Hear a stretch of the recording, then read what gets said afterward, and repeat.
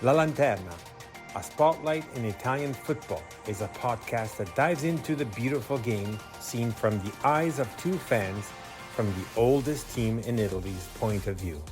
My name is Fabrizio Cardone, Canadian and Genovese, together with my friend Matt Killen, an American-born and Genoa fan.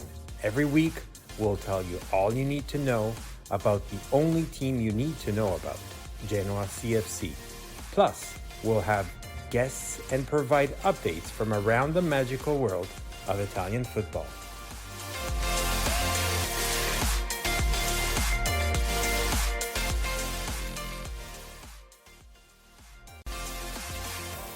Benvenuti, welcome to La Lanterna podcast. This is Fabrizio with my best buddy, Matt. Fabry, what a match. Insanity. So positively insanity, mind you, but... I like that. That's a good name. That should be the new name for the podcast. Positive Insanity. I love it. We thrashed Rome. I mean, obviously color me surprised. I don't know. Actually, were we both... I remember before the match, there was a little bit of optimism. We obviously talked a lot about like, what the hell are we going to do? And we'll get into that in a second. But I can't remember if you were thinking maybe this could be something that's slightly positive. I don't think any of us could have expected 4-1. Doesn't matter. We're playing at home, whatever. I mean, obviously, I think it has to be the performance of the season. But I mean, the boys really showed up today. Well, I'm not trying to toot anyone's horns or anything, but I remember saying to Tad that if we were psychologically ready, it would have been ours. So I guess I did predict some sort of something. Yeah, I'll take it. Let's talk quickly about that match then. It started quite, very vivid, I would think, right? I mean, absolutely it did. I think looking at the match, do we want to talk about the formation first, or do we want to get right into the amazing... No, absolutely. So was there a surprise? I would say absolutely yes. Everybody obviously kind of got used to the Christmas tree. So the 4-3-2-1. And that kind of came to surprise when facing the 3-5-2, as we also heard it from Tad, we were actually going against them with a 3-5-2 ours as well. A lot of Genoani were a little bit afraid that the 3-5-2 really meant 5-3-2 or 3-5-1-1, therefore 5-3-1-1. Sorry for the numbers. But essentially, yeah. So we had Martinez in goal, and we had left to the right, Vasquez, Dragusin, and Bani. And then the midfield was the biggest change. So we had Maturo starting from the first minute to the left, Frendrup, Badel, and Strutman, the three centrals. A lot of people still complaining about the old guys in. And to the right, Sabelli. So that was a little bit of a surprise as well, seeing Sabelli to the right. And obviously up front, the two, Gudmundsson and Retegui. I think it definitely was... We were talking about from this last couple of matches, what are we going to do differently? How are we going to solve this puzzle piece from a formation? We did see the return of the 3-5-2, which I thought was interesting. Yes, the player kind of composure and the mix together would probably seem somewhat unusual. But I think, when you saw this match and you saw how the team was used and the idea that Gilardino had, it was incredible. I think it really, really was an amazing thing. And it's something that even before we get on the score sheet really early on, you're already seeing all of a sudden there's a total way and a total game plan that Gilardino has put out with this lineup. And I think what was really interesting and exciting to see, so, we'll get into the stats probably in a little bit and like how much we had the ball and what we were doing. But, when you consider who we have, so from a midfield perspective, we have Sabelli and Maturo. I think you could maybe debate if Sabelli's truly a wing-back type of a player or if Maturo is, but we have those two. We have three very solid holding midfield players, and we have three center back players. So I think you could almost read this in one light, if you weren't very familiar with this team, as a really negative approach. We're effectively maybe going to a back five sometimes and having this kind of very defensive, kind of stout mindset. And I think actually it's super, super clever how Gilardino was thinking about this, because with this team, he almost has this kind of set of, seemed like these like a combination of things where we either had these pressing windows where in some cases we were like double teaming players, or like in basketball, you call it kind of closing the door on like a pick or something. We have two guys coming together. But you also had, I thought, a really well positioned team from clearances. and this is actually, I think, what happened with some of our first opportunities. I don't recall if it was the very first goal, but I know for sure the chance that Retegui had just moments before that, I think, had come from a similar movement where Roma are trying something, and this was only in like the second minute of the match or so. They play a ball in the box. I want to say that Bonnie heads it away, and it lands at the feet of one of our more centrally positioned players. I think it actually might have been Retegui. And before too long, he looks and he's got 3 or 4 players right next to him, not on top of each other, obviously, but in some sort of space. And he's able to kind of take a couple of dribbles, lay it off to another player, start a kind of somewhat of a movement. And all of a sudden, we're breaking. And the counterattack is fully on. And it's not necessarily like we're definitely not playing some sort of long ball, like huffing it up to Retegui type of a thing. But there was definitely this movement to kind of a player in a position to distribute. And we immediately had that chance.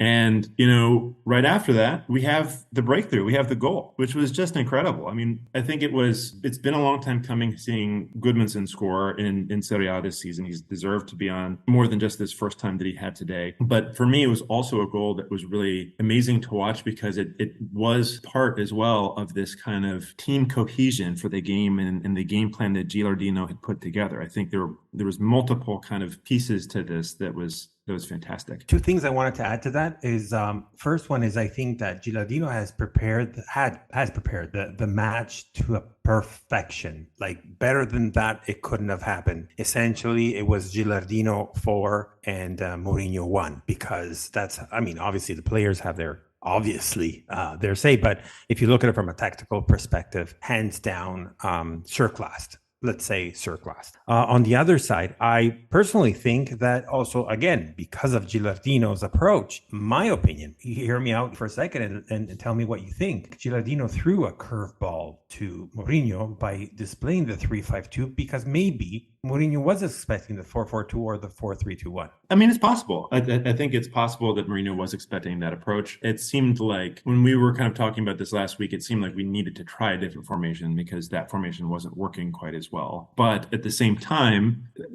this is the first time since we played Fiorentina, I think, that we've played this formation. So, yeah, I mean, it did kind of put a little bit of a different pace on it. But look, I'll be honest with you. I feel like there was something in this style of play that I can't recall seeing like another team play. I don't want to like toot ourselves too much or whatever, how you want to say it, like get too confident or boastful. But I really, really thought it was unique because basically what was happening so much and how a lot of these movements had happened when we scored goals. I know, in the second half, we have that these 2 fantastic goals, one off of a corner, which is kind of, we've seen that set piece performance before and seen that done well. It's great to see that continue to happen because it's an enormously positive sign for a team trying to stay up. We have to have the set pieces right, and we have to get as much from those as possible because those are really high percentage scoring opportunities. And of course, towards the end of the match, having Macias get a goal and wrap things up was fantastic. But I think the first 2 goals for me are more so down to Gilardino and how he had decided to change the formation and the approach of these lineups. And in particular, what I think is really kind of clever about this. So, I was kind of complaining last week, where are these guys? We don't really have a number 10. We don't really have wingers. Like, how is this squad going to come together? Our midfield's kind of old. Like, what are we going to do? And the way that we're setting up with this formation, and it'll be really interesting to see if we continue this way or not, because I don't think we have quite as much balance with a 4-3-2-1, is, you do have that ability for more defensive cover, but also there's this interesting kind of connection when players are moving up and building together. And a lot of times what I was seeing happening, either Goodmanson or Retegui, depending on where the ball was, would actually drop back pretty deep.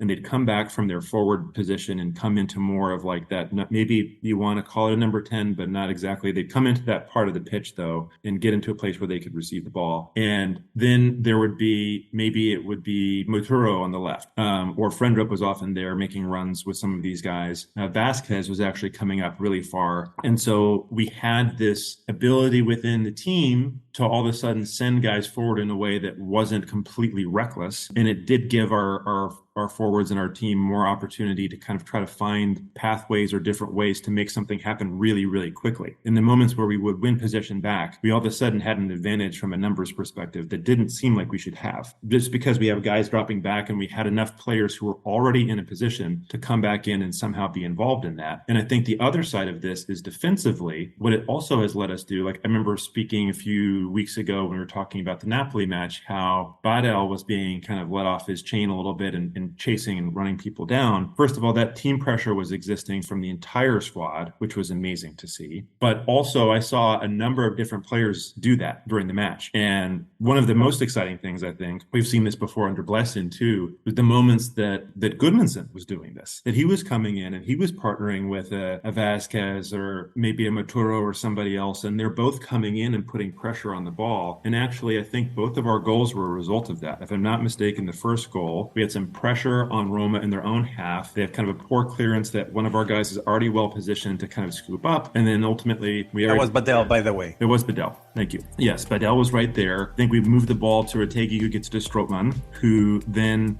is... Actually, no, sorry. I'm just looking at it. Yeah. So I'm just... Badel that puts it towards closer to the, the half moon of the box. Yeah. Where it was almost towards Goodmanson. Goodmanson sort of like pretends to catch it, but doesn't catch it because right behind him, there's Strootman. And what does Strootman do? It was just an amazing layoff. He played the ball on to Goodmanson, and just that finish was absolutely remarkable. In the corner towards his right or towards the left of the goalie, Rui Patricio, no fault, was just like so angled and so precise right there at the bottom of the post, essentially. Yeah, and that interplay was amazing between those two players. Trying to play his way out of trouble. Bade, Goodmanson lets it run. Strootman back to Goodmanson! The Iceland international scores his first league goal of the season. And it comes against prestigious opponents. Jose Mourinho's Roma, 5 minutes on the clock. And Genoa have made a dream start here. And I think in the second goal, you see, again, an example of this where I think I do want to say it was Goodmanson and Vasquez. Oh, wait, before that happens, sorry if I may say. No, go ahead. Before that happens, we have Badel gets injured. The first goal was on the 5th minute. On the 12th minute, there's an injury by Badel, like a muscle cramp or whatever that might have been, because he was walking kind of fine, but obviously there was something that was not right. Thorsby comes in, my non-preferred player in a way. I'm not saying he's a bad player, but he's never shined enough for me to say that he was good. Anyways, he came in, gave a different type of pressure compared to what Badel was giving. And I believe that perhaps Friendship came more in the middle, or was it Thorsby that stayed in the middle? What do you think? I thought Thorsby coming in, honestly, like he had at the end of the day, he had a pretty good impact on the game. I think you have to say that much. Yeah, absolutely.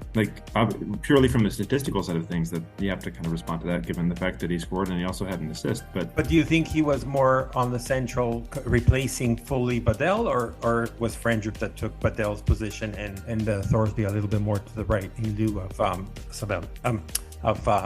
Friendship? I saw him more so placing where Badel was. That's kind of how I had seen it, but I could be talked differently into kind of. Oh, that's okay. Then a few minutes after, unfortunately, Cristante did an amazing goal. Yeah. Not really major fault, other to the fact that it just came in very fast, and Cristante basically he was alone.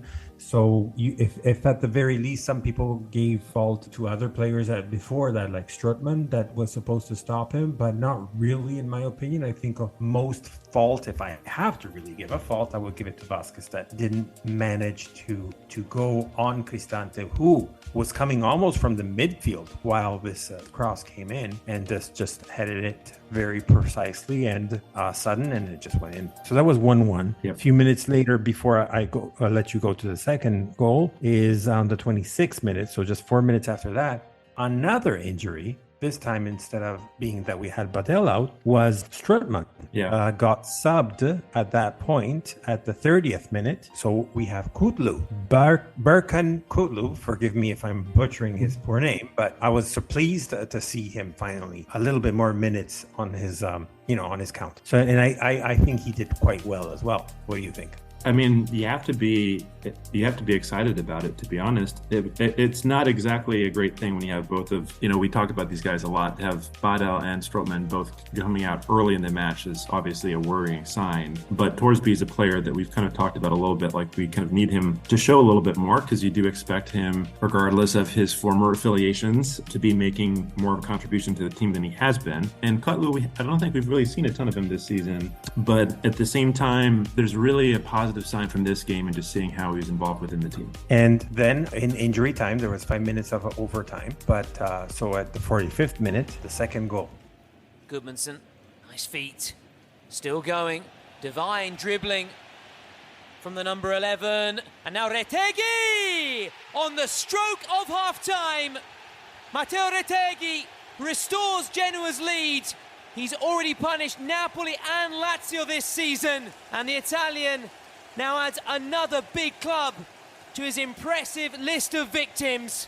And Roma, having worked their way back into the contest. I mean, this one for me is another example of like great team pressing. Like, I think like just seeing how the team was organized and just a purely classy finish too. But I think like when you look at our team composition and who we have, I mean, again, this one for me is mainly Albert Gudmundsson, which may be somewhat controversial, but I really think that's what it was. Like, you saw him come in and he made that pressure. We kind of had that partnership to kind of squeeze the ball away. And then all of a sudden we've won the ball in a seemingly obscure place in Roma's half, their final third. And then you just see Gudmundsson with his ability, and this is what we were talking about before with his dribbled assist. 3 players. Isn't it crazy? Like the fact that like his dribbles within Serie A, this was where I was going with this, completely dribbles around this entire thing and then sets up Retegui for a Retegui-esque goal, which was just, well taken from receiving the pass and even better taken with the shot. And all of a sudden we are completely off to the races with this. But I think you have to give Gudmundsson a lot of credit, obviously, for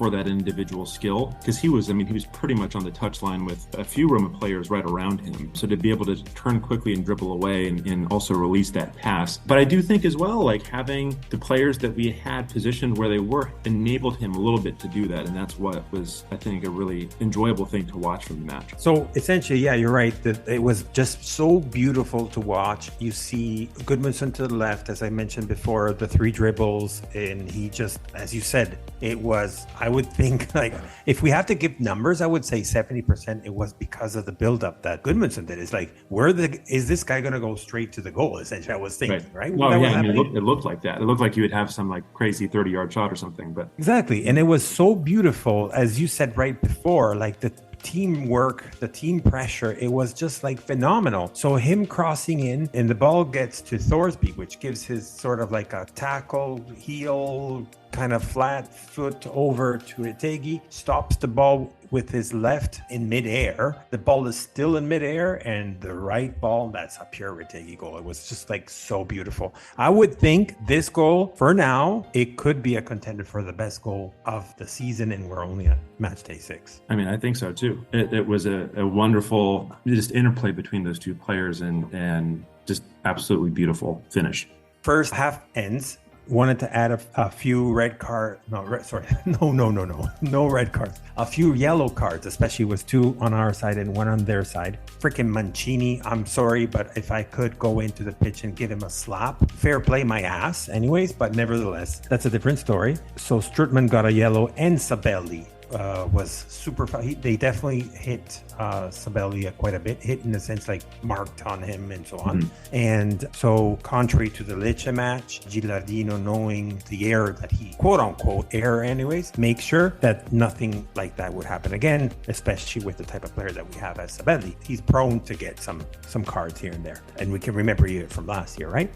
So second half starts by replacing Sabelli. Yep. In lieu of De Winter. So to the right now we have De Winter instead of Sabelli. I think with Thorsby, Kutlu, and De Winter, a totally different match. The second half had no say whatsoever. I mean, yeah, and I think it's remarkable too. Like, we actually had, if you care about the advanced stats side of things, our expected goals in the second half were even greater than in the first.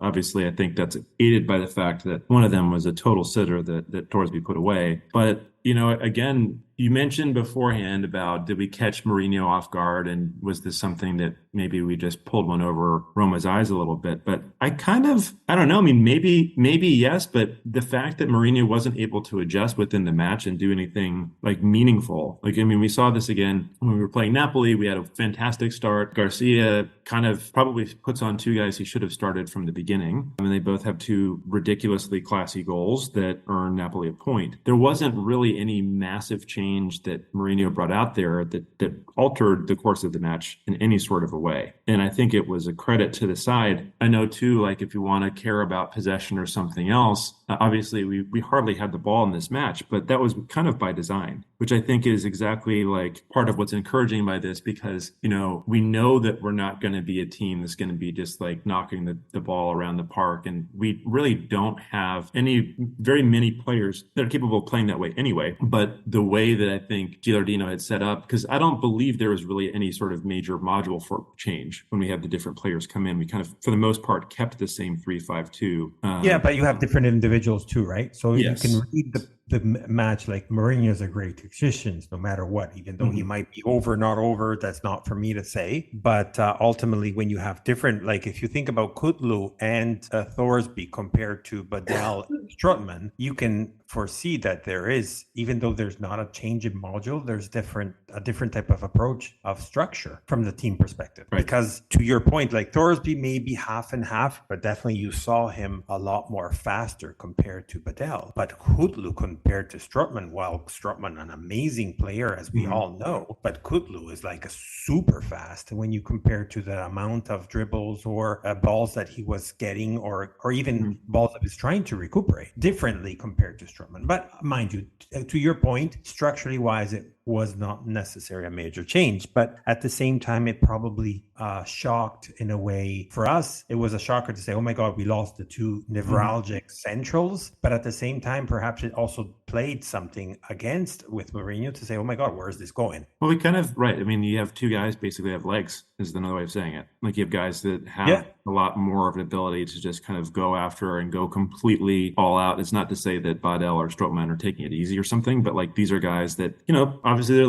little bit younger. They've got a little bit more of that ability to play in that manner. And I think that's one of the things. I keep coming back to formation, but you know, it's not unusual to see one of our defensive midfielders or one of our center backs in a back three involved in the attacking play when we are in possession in an opponent's final third. And it's not only from corners that you see that happen. So I think like it's kind of a calling card a little bit to the way that this formation is being put together, that it allows players like that to have that opportunity. In addition, obviously, to, you know, the importance of Kutlu winning the ball and doing things maybe a little bit more defensively on top of that. So I hear you. I think in a way it might have actually been a good thing that we had that change happen and that we gave those guys a pretty good amount of game time to make their own claim on the match. Then I have to applaud again Gilardino. Another goal from a set piece, from a corner. Yeah. The ball comes into the box, and you have Dragusin that doesn't point towards the goal, but he points towards a group of players, and Thorsby is essentially just right in front of Rui Patricio almost. There's Lukaku right on the line, keeping him from offside, and there's the 3-1. In comes the corner from Gudmundsson. Dragusin across, and Thorsby from close range. It's Genoa's third, and will it be the goal that gives the Rossoblu the 3 points? An assist and a goal.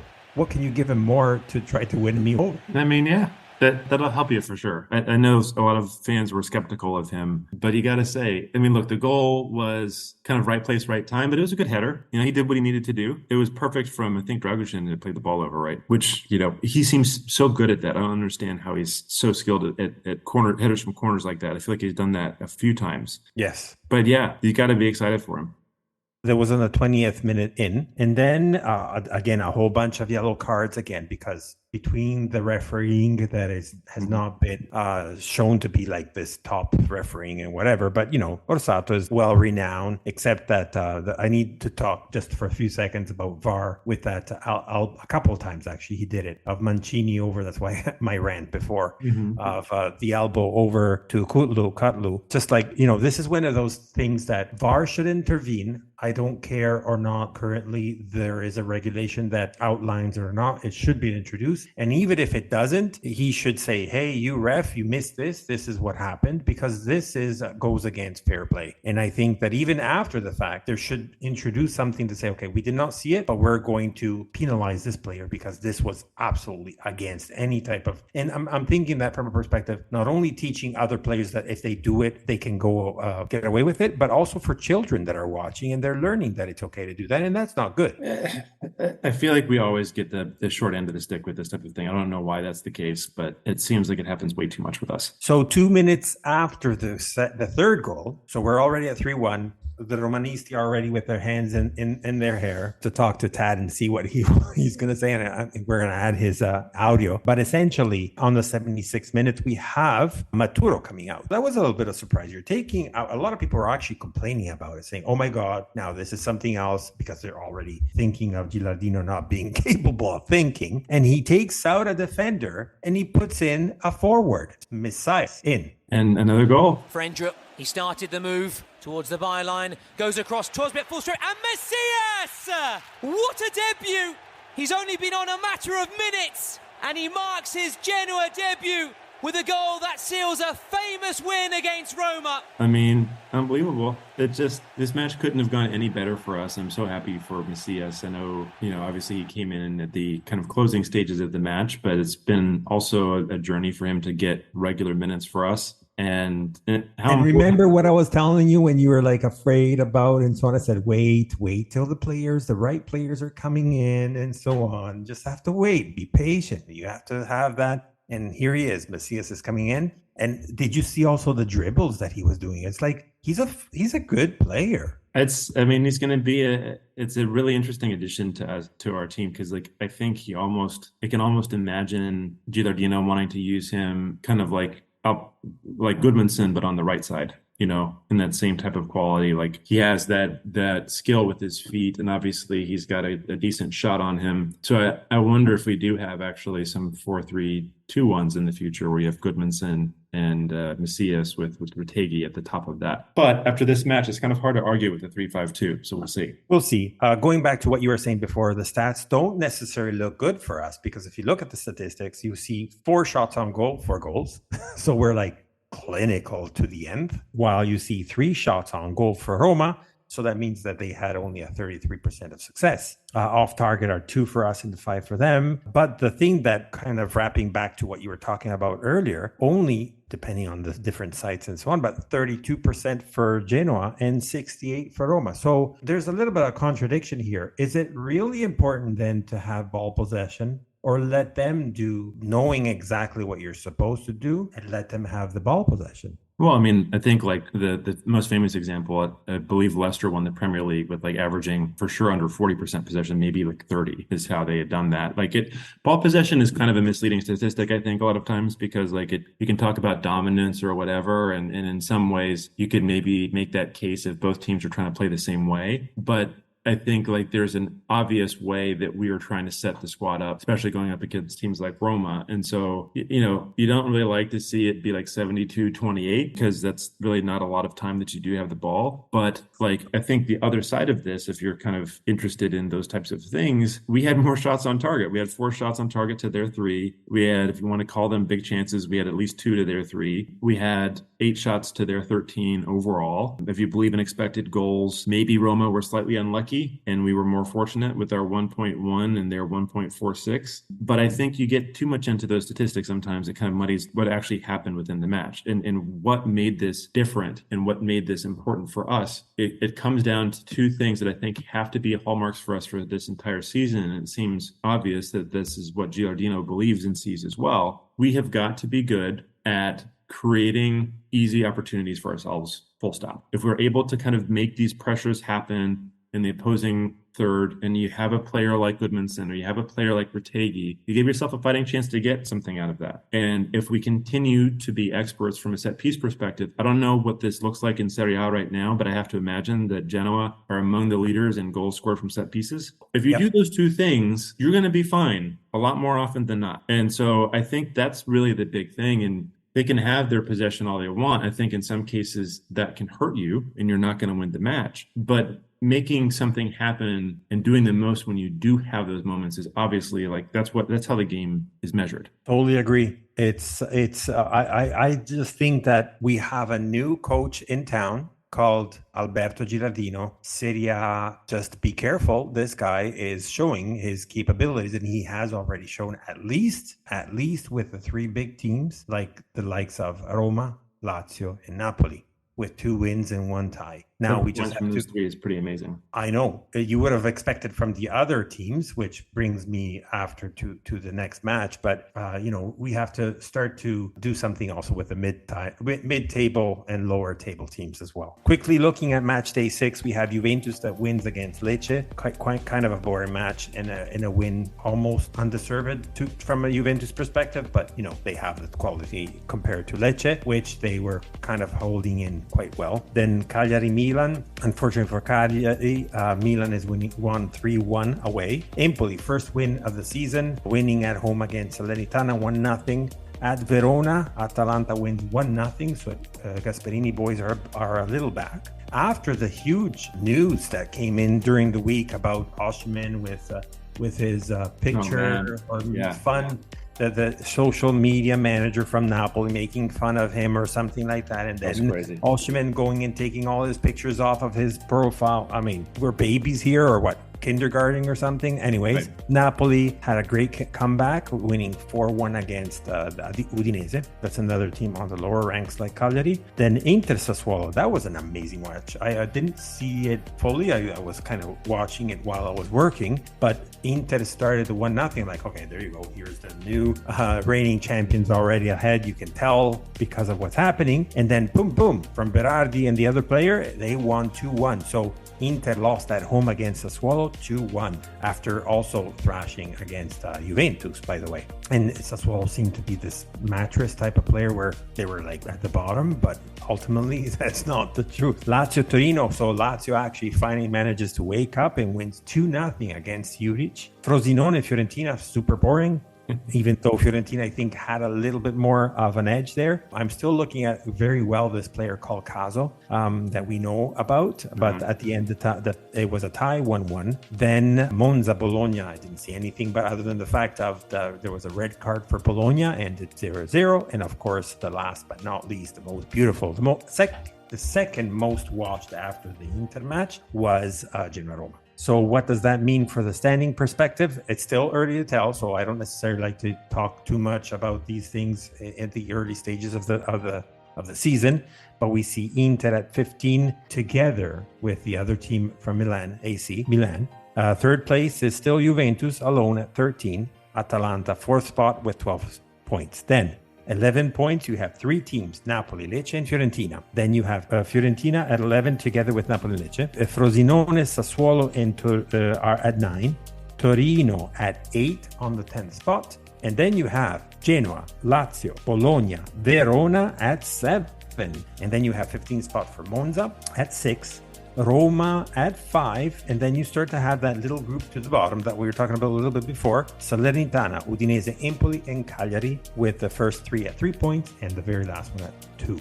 Are these the bottom 4, you think? Salernitana, Udinese, Empoli, and Cagliari. It's really interesting, and I think you probably won't have very many arguers with the bottom 3. Salernitana look like they also belong in that category. I mean, I'm somewhat hesitant to put Salernitana in that place at the moment, only because they've just been much more, I don't want to call them spectacular because that's really not what they've been at all, but they've showed their mettle, I think, in the last few seasons in Serie A, and I know this is a little bit of a different year and there's some different things going on there at the club too, but I do think for sure Udinese, Empoli, and Cagliari look like that's kind of probably probably where a lot of this is going to go. And then the question is who gets dragged down there with them. And I feel like Salernitana is a pretty good bet. You wonder if a team like a Monza or a Hellas Verona will keep it up. Because really, like, obviously right now, only 4 points separate us from a relegation zone right now. But it's very early in the season. We've only played 6 matches. So or 4 points to the 5th spot as well, right?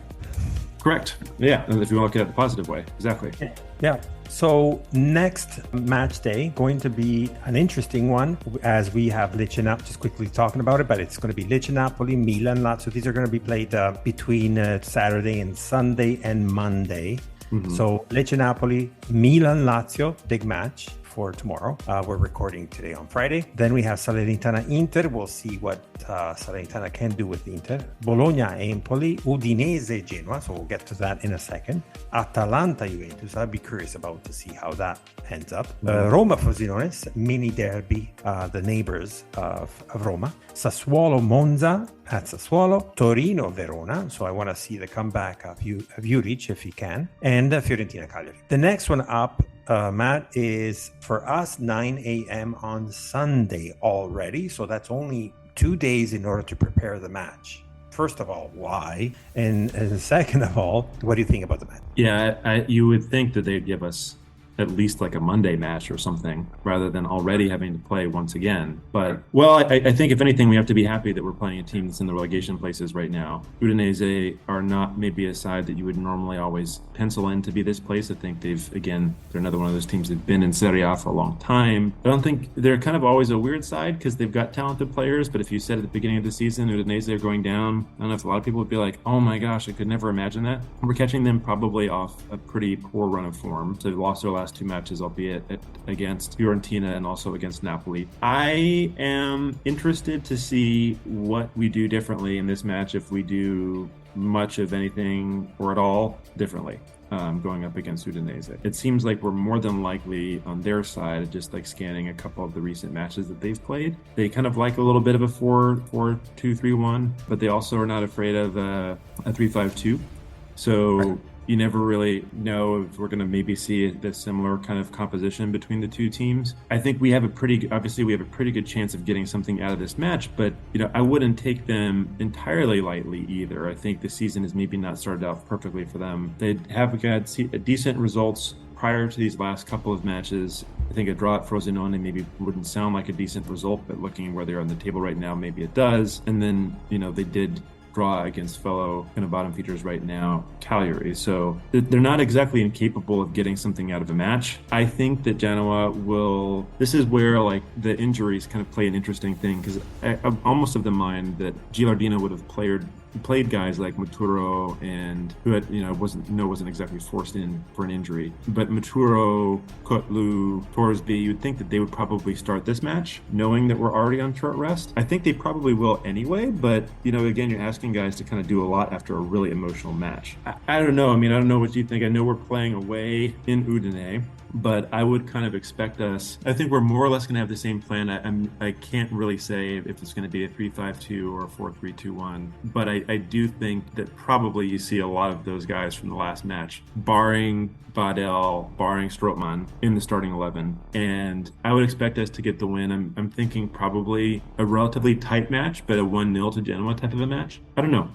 What do you think? Is there anything scary for this match for you? I know Udinese, sometimes they can be kind of a bogey. It's been a couple years. Head-to-head against Udinese at Udine are never positives. I've seen Udinese, at least this year, playing at home mostly with a 3-5-2. So on the paper, if I have to look at the Roma match also themselves with a 3-5-2, maybe we should interact with a 3-5-2. But to your point, I do think that at least in this match, a lot of players might be the same, just for confirmation of what happened in this match. But nevertheless, we could still have some surprises. Let's not forget that we still have Malinowski out there, and that does not mean that there aren't any other players that are kicking to wanting to play. Also, because by Gilardino's words, he said they're all ready. Everybody knows that they have to be ready because they can be called in, because they're all, you still have I'm not talking that these are necessary starting 11 material, but you still have Jagiello, you still have Hefty,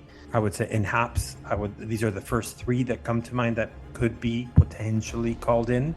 But nevertheless, I do think it's going to be tough because Udinese is not going to sit back and say, okay, I have only managed to get 3 points from 3 ties at the beginning, and the last 2 are losses, so I'm not going to continue to lose it, especially in my home turf. Having said that, I think it'll be, and I'm hoping not to be, similar to the Udinese match, to Lecce match, where it's going to be small instances, small actions that will make that difference. So I think it'll be just 100% matter of concentration and positivity, psychologically speaking. To say how I think it will end, similar to what I said, I guess, to Roma, if the head is there, we can easily win. I don't think we can win like with this thrashing for No, I don't think so either. But it'll be maybe one episode essentially. Yeah. But if we are playing that with that nervous, like, mind you, again, Lecce, let's not forget that we had the one man down. So not losing one man, still ending the match at 11, and not that major distraction at the end, which for the first time it didn't happen, right?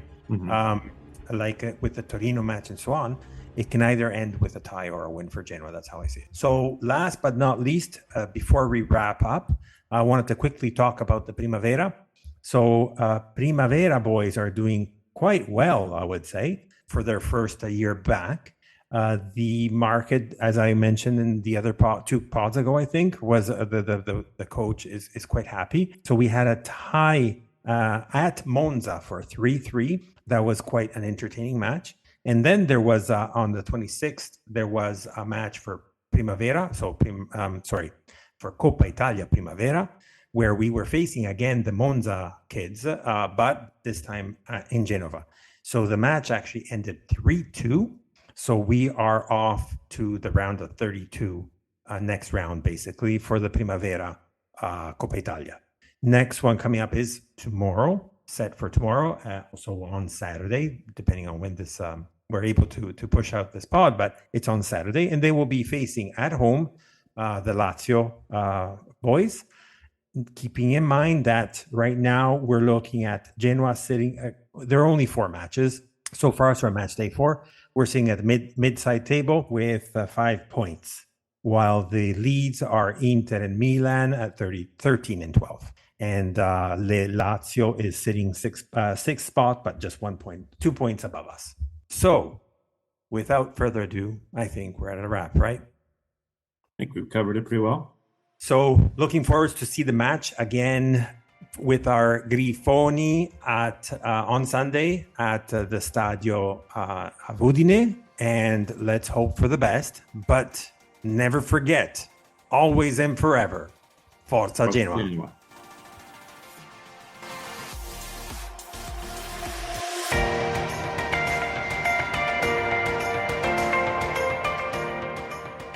You've listened to La Lanterna, a spotlight on Italian football, a podcast powered by Genoani Si Resta. Thank you for listening, and see you next week.